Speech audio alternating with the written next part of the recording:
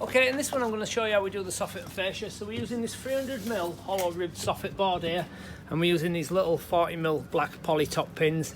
Now what I've done, I've put the nail where the roof timber is there, but these ones here, they were a little hard to go in and these bend quite easy. So what I've done, I've piloted the hole already, just so it's just off depth like that. And then I pop that in like that, because otherwise the bend.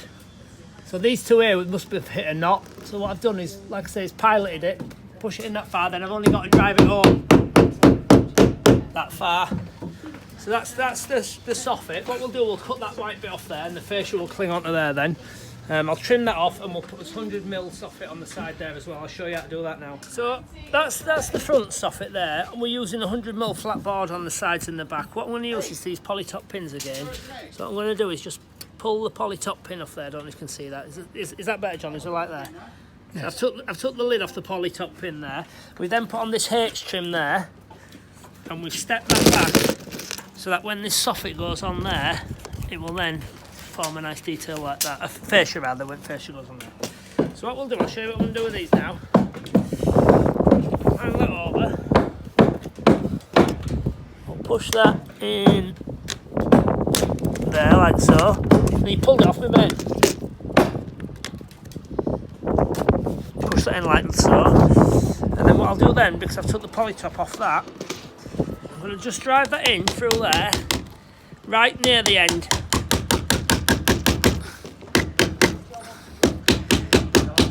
Not the easiest thing to do, because obviously I'm upside down. So that'll go in there, and then our fascia will go on there, which will then cover the nail. You can see that's covered the nail, so you can't see the nail, and that'll give you a nice fascia and soffit detail. And again, that H trim there butts up to that, and that all tidies that up as well. So that goes on the front. That's your 30mm hollow ribbed soffit. We'll cut that trim off there. We've done it that way around because we need the thickness of that to hold that down, because that holds that down, and that one needs to be the same level. But we'll trim that little bit of plastic off there, and what I'll do now, I'll go along these and I'll just pop little nails in there like that, all the way along it, like such. And then when we put our fascia on, that will go like that. That will tidy that up. I'll explain why we put them buttons on there. We don't normally do, but I'll explain why we've done that. So soffit goes there, 18mm OSB will finish over there, and then the plastic trim will cover all that once the rubber's on as well. But like I said, I'll explain why I put them on when we get to the back. This timber on this because customer wanted it tight up to this wall. Obviously, I haven't got a very big garden. So yesterday you'll see me put a packer in to account for that when it goes in, when packer spacer when we did the feather edge. So that's now gone in there. What will happen now is that soffit will sit on top of there. You barely see any of that, but the detail's still there anyway. This is a bit of a tricky little number, so you've just got to get your nail in there. And that's going to go like that. And then, like I said, where is it? There. That'll go over and cover all them nails. We'll then trim this bit off here. And then what will happen then is we're going to get a smaller gutter, but the gutter section, we've got a 100mm gutter there, so we're going to get a smaller one. And the gutter section will sit on there then. And that is as tight as you can get, and like I said with all my videos, there's no tide. We've done it that way for a reason. Customer wanted it as close as possible, and that's probably as close as you will ever get. Right. So what I've done, I've cut a corner out of the fascia there, so this other fascia is going to run the other way. So I've cut out that distance there like that.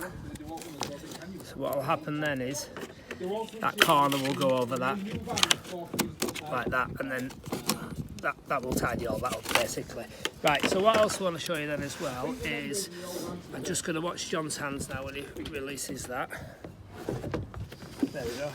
Right, so quickest and easiest way to space these is put your nail like that. Can you see that? And then stand it up. Put it like that. Hammer distance. Use the poly top there to space it, and so on all the way along. So you want to pop them in like that, and then when you hold it on, they're already there, ready to go, and then you can drive them home. You'll just see. For the blowers, people that don't like the blowers, and the people that said I should rev it up, blows off the roof lovely.